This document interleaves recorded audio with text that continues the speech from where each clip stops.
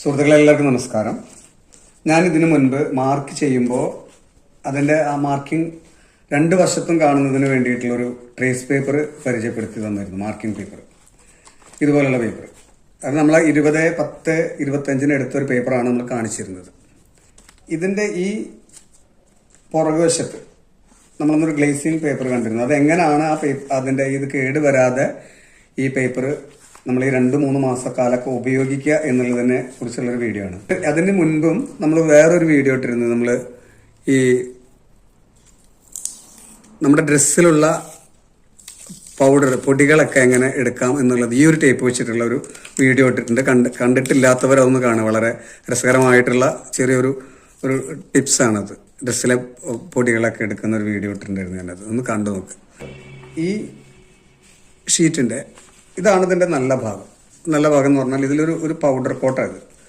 ഈ പൗഡർ കോട്ടിനെയാണ് നമ്മൾ എന്ത് ചെയ്യണം, ഡ്രസ്സിന്റെ മേഖലയിലേക്ക് ഈ കോട്ടിംഗ് ആണ് നമ്മുടെ ഡ്രസ്സിന്റെ മേലേക്ക് ഈ കളറ് വരുന്നത് മാർക്ക് ചെയ്യുന്ന സമയത്ത്.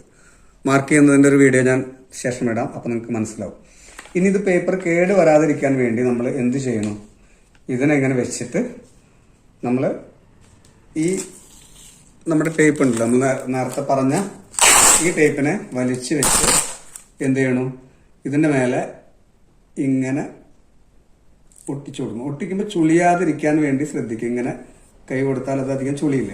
ഓക്കെ, എന്നിട്ട് ഇവിടെ ഒന്ന് ഇങ്ങനെ പ്രസ് ചെയ്ത് കൊടുത്തതിന് ശേഷം അത് കട്ട് ചെയ്തെടുക്കുക. ഇവിടെ കട്ട് ചെയ്തെടുക്കുക. ഓക്കെ, എന്നിട്ട് വീണ്ടും ഇതുപോലെ അതിനപ്പുറത്ത് വീണ്ടും നമ്മൾ ഇതുകൊണ്ട് ചേർത്ത്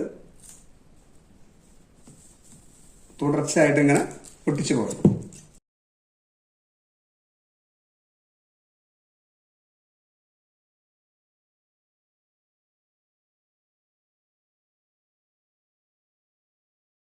അപ്പൊ നമുക്ക് ഇതിന്റെ മേലെ ഫുൾ ഭാഗം, എല്ലാ ഭാഗവും ഇതിന്റെ എല്ലാ ഭാഗത്തും ഇത് കവറായി.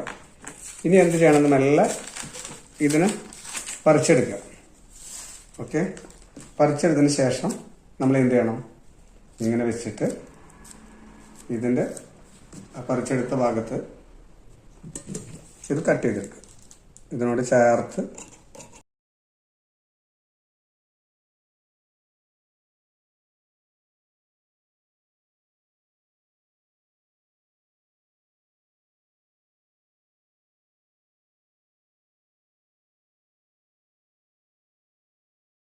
അപ്പൊ ഇതിന്റെ ഈ 4 ഭാഗവും നമ്മൾ കട്ട് ചെയ്ത് കളയും.